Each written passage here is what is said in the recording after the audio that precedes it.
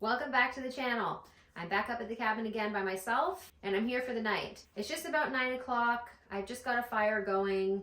I don't really have a whole lot planned for tonight. It's about 0 degrees Celsius outside right now, so I do need the fire going tonight. I believe it's supposed to get down to -9 degrees Celsius, but it is supposed to be sunny tomorrow, which is perfect because I have a few things planned for tomorrow morning outside. For tonight, I'm just gonna take it easy, probably just read a book and go to bed early. But there is one thing I wanted to show you before I do wrap up the night. A few people asked in the last video that I posted of the cabin tour about the difference in brightness between the propane lights and the solar lights. So I thought now would be a good time to show you because it's dark outside, so we're not getting any extra light in here. I've turned the propane on outside, and I'm gonna light this light right here above me, and I'm gonna show you how bright the propane light is versus how bright the solar light is. So I just turned off all the extra lights, and I only have this one solar light on above me right here.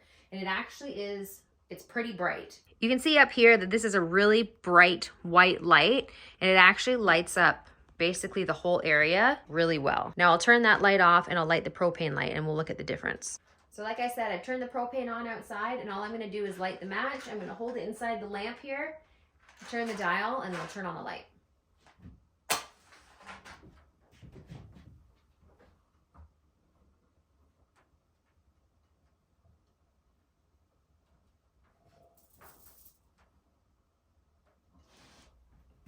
And now I'm going to turn the overhead light off, and you can see the difference in the brightness between this light and the solar light. I'm not even sure if you can see me right now, but you can definitely see the difference in brightness between the propane lights and the solar lights. The propane light does put off a decent amount of brightness for what it is, and we have used just these lights before and it's been fine. But having the solar light now, it's just such a huge difference. So I'll turn the solar light on now and we'll see. Well, the propane lights did serve a purpose. We are really happy to be able to have solar lights and have such a difference in brightness. Not much else going on for tonight. I'll probably just fill the fire up, take it easy, and go to bed, and then get an early start in the morning tomorrow.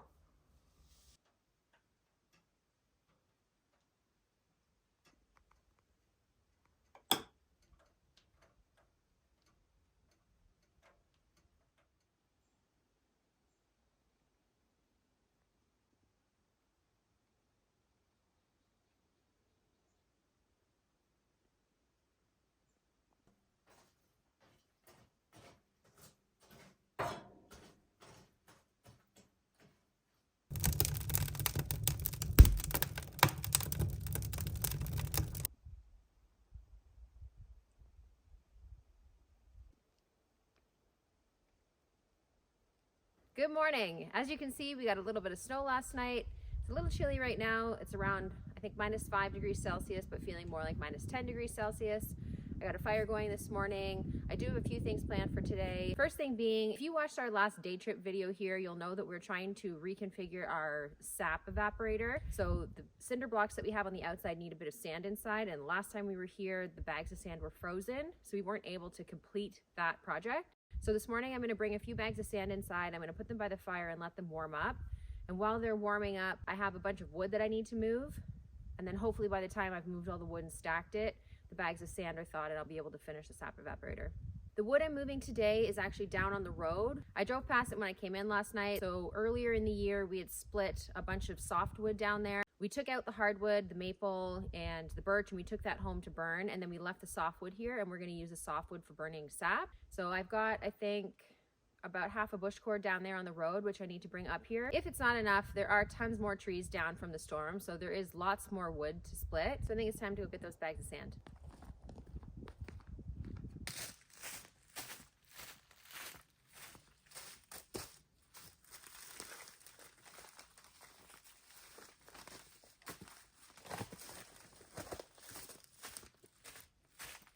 These bags of sand are completely frozen. They're rock hard.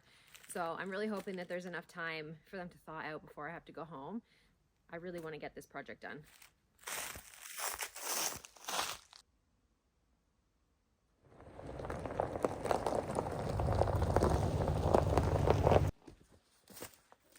So this is the wood we split earlier this year, and we picked out the hardwood. We just left the softwood here. I'm sure there's a couple extra pieces of hardwood mixed in there that we might have missed. I will note, because I know somebody's gonna ask, No, I did not get a new truck. This is not mine.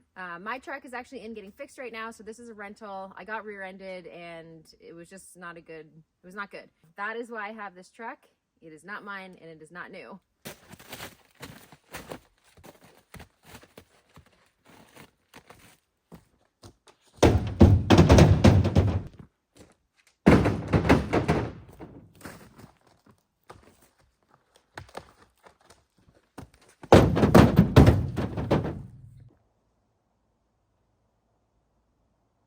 We've gotten a lot of rain lately, so this wood is actually quite frozen together, unfortunately. The stuff on top is coming off okay, but the bottom stuff is very frozen and stuck together.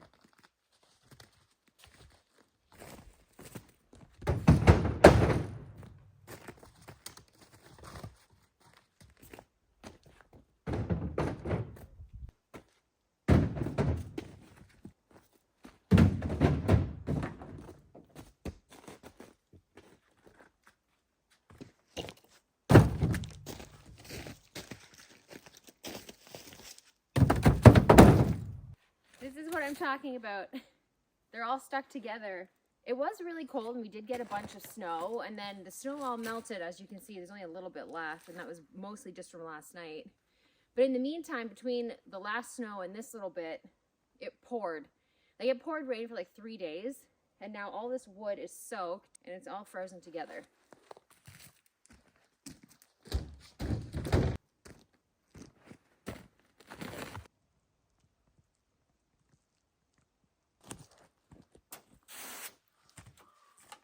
Turns out there's a bit more wood than I thought.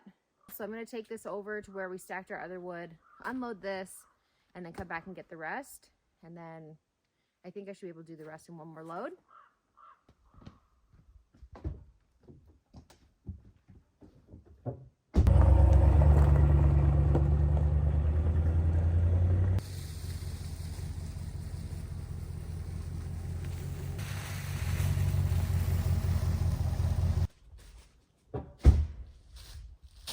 This is where we boil our sap for anyone who's new to the channel and has never seen one of our syrup videos. We built this last year and it worked perfectly, much better than the year before. So we have our wood stacked over here, and I think I'll stack the other wood over here between two trees. Yeah, I think I'll do that.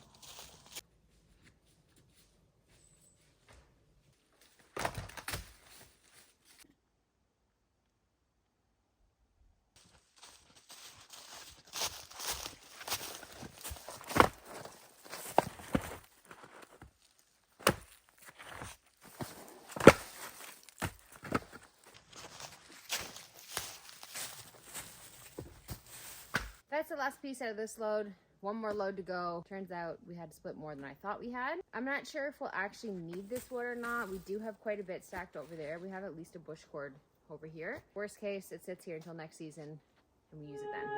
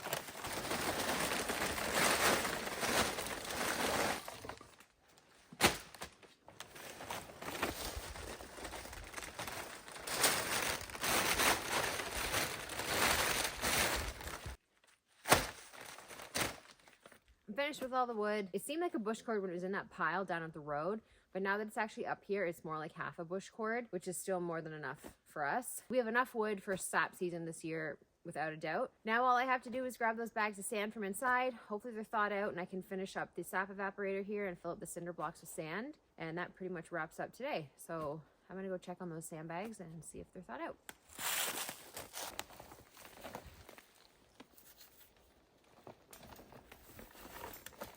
The sand is thawed out, but it is incredibly wet. Obviously because it got rained on, which is why it froze. It's thawed now, but it's just like mud. So once it gets inside the cinder blocks, it'll freeze up.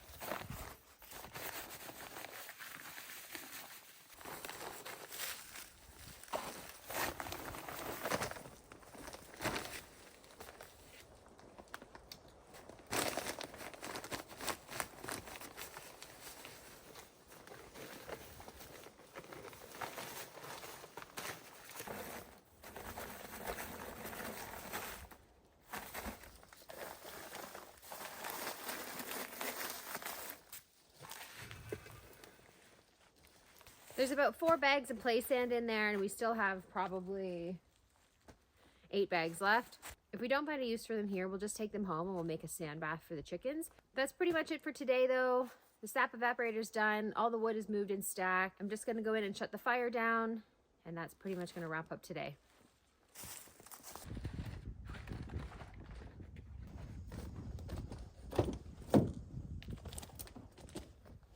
There's just a few more things to tidy up in here, and then I'll be making my way home. A lot of people have asked how far away the cabin is from where we live.